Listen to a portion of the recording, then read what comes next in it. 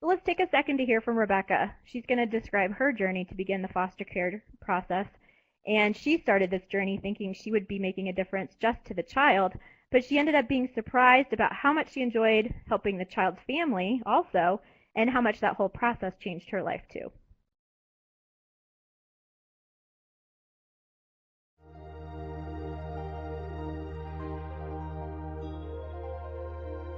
When we got married, we talked about being adoptive parents and adopting children into our family, and started looking into that and ended up at an adoption expo. And while we were there, we encountered Kids Crossing and had never really considered what it would mean to be a foster parent. And like I said, the idea really started to appeal to us when we were hearing stories.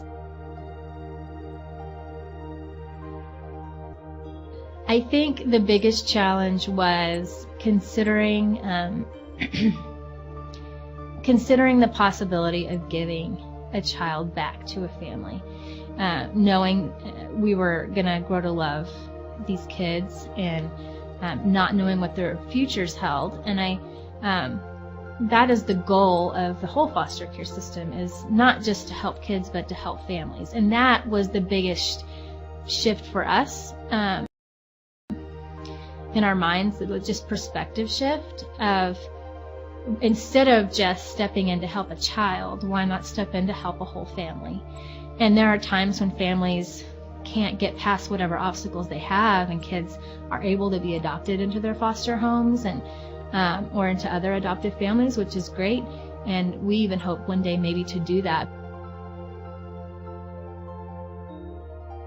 We have loved getting to be a part of families reconciling and coming back together and becoming more healthy. And that has been the biggest surprise to us, that it's not just, we aren't just getting to love these kids, we're getting to love whole families and stay in their lives long term, and be friends with them and be a support system for them. So by the time we were finished with the training, we were really convinced that this is something we wanted our family to do long term.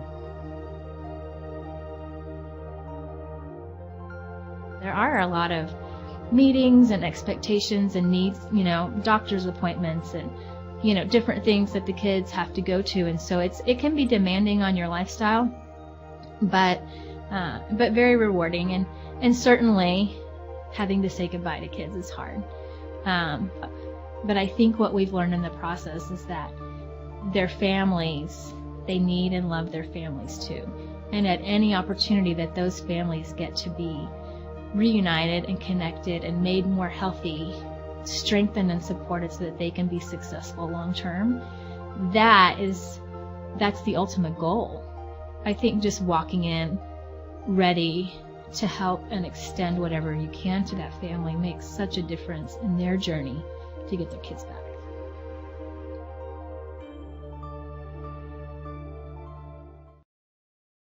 So as you heard from Rebecca, one of her fears was giving a child back to his or her parents after you take care of them for so long. And we know that's a realistic fear for probably many of you, and it should be, because it's a tough thing to go through, certainly. But it's a good example about how we can be here to help process things and help you along the way. So let's talk about some of the other ways that we can help. One way that Kids Crossing can help is with preparation. Hiking a 14er isn't something you wake up and decide to do the morning of, nor is it something that someone else can force you to do if you're not ready. You have to be totally ready to make the journey yourself, and this is a process which typically makes the type of decision one that you've considered off and on over the course of many years. And probably just like why you're here now to start the foster care process, you may be here now versus a few years ago because maybe you're at a more stable place in your life. Maybe you feel that you're more equipped.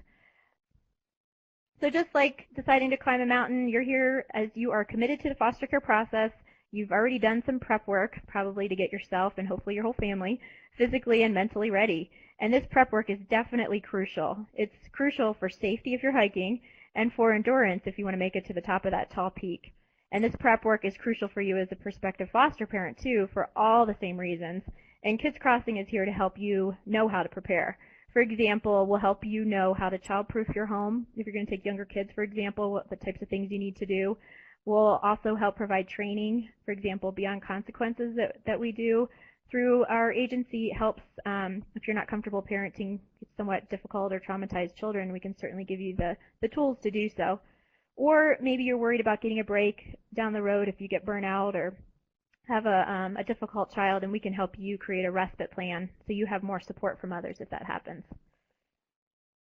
We're also here to help you prepare, to point things out that you might not have thought of yet, and to help you know what challenges might come your way. Our trail map may not guarantee that you'll make it to the top, but like the red arrow, it will point you in the right direction, and it will show you some of the obstacles that might come.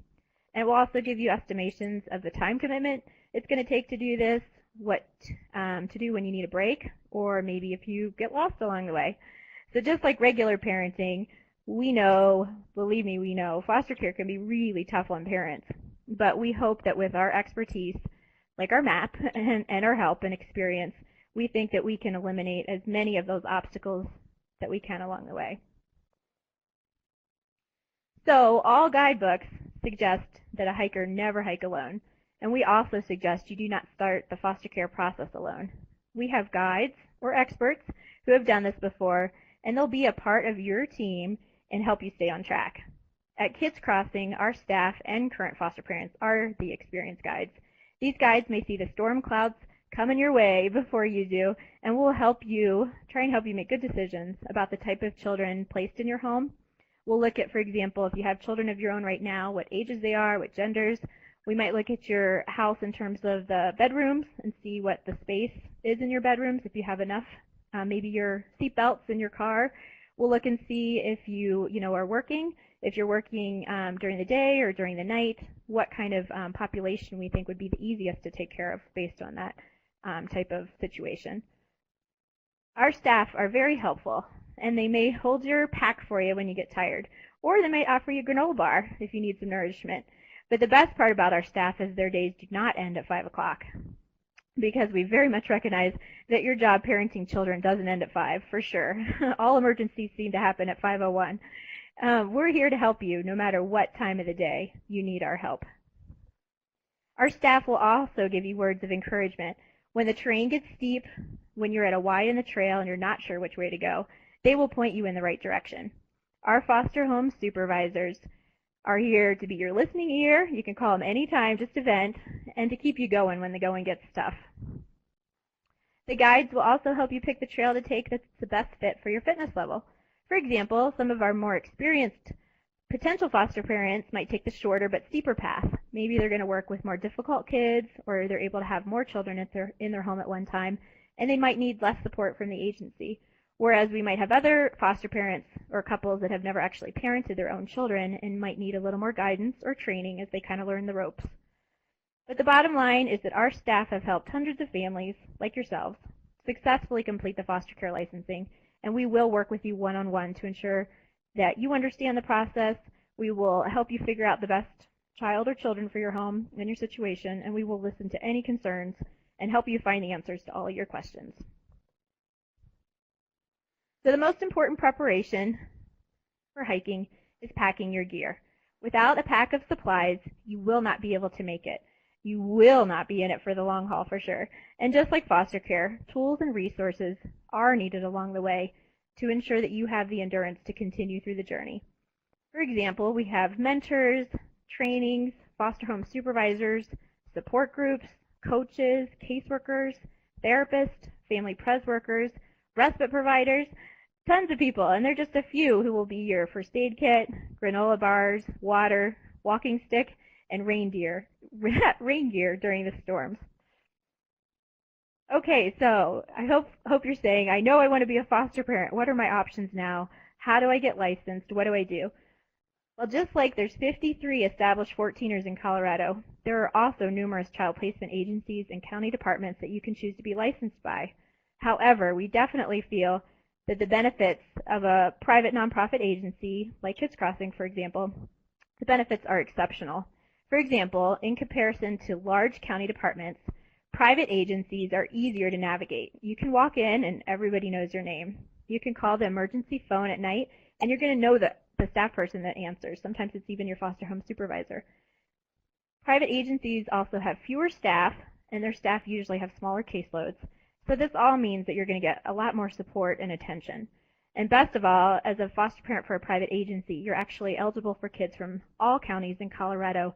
When you're with a county agency, you can only take children into your home that are from that particular county.